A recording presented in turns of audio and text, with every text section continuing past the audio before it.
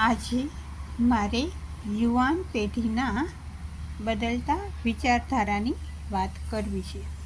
આજની યુવા પેઢી લગ્ન પછી તરત જ બાળક ન થવા દેવું, 1-2 વર્ષ હરીફરી લેવું, પછી બાળકનું પ્લાન કરવું, એવી યુવાનોની વિચારધારા બનતી જાય છે. પણ એ યોગ્ય નથી. તેના 2 મેઇન કારણ જણાવું તો એક તો આજે લગ્નની ઉંમર પહેલાંની સરખામણીએ મોટી એટલે કે વધી ગઈ છે.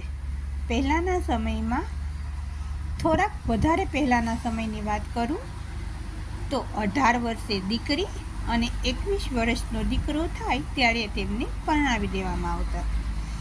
તે પછી થોડોક સમય આગળ વધ્યો ત્યારે 21 વર્ષની દીકરી અને 23 વર્ષનો દીકરો ત્યારે પરણાવી દેવામાં આવતા. એ ઉંમર સુધી પણ બરોબર હતું કે લગભગ 24 કે 25 વર્ષની ઉંમર થાય ત્યાં સુધીમાં તે દંપતી મા બાપ બની ગયેલ હોય. પણ આજે તો 23 થી 24 વર્ષ સુધી તો દીકરીને ભણાવવામાં આવે છે. ત્યાર પછી લગભગ 1 વર્ષ એને બહાર જોબ કરવાની કે જે કાંઈ ઈચ્છા હોય તે, અને લગભગ 25 વર્ષની આસપાસ દીકરી અને 27 થી 28 વર્ષની આસપાસ દીકરો. એ ઉંમર પરણાવવા માટેની બની ગઈ છે. હવે આ ઉંમરમાં લગ્ન પછી 2-3 વર્ષ પછી બાળકનું પ્લાનિંગ કરે તો ઓલરેડી એ દંપતીની ઉંમર 27 થી 30ની વચ્ચે આવી ગઈ હોય.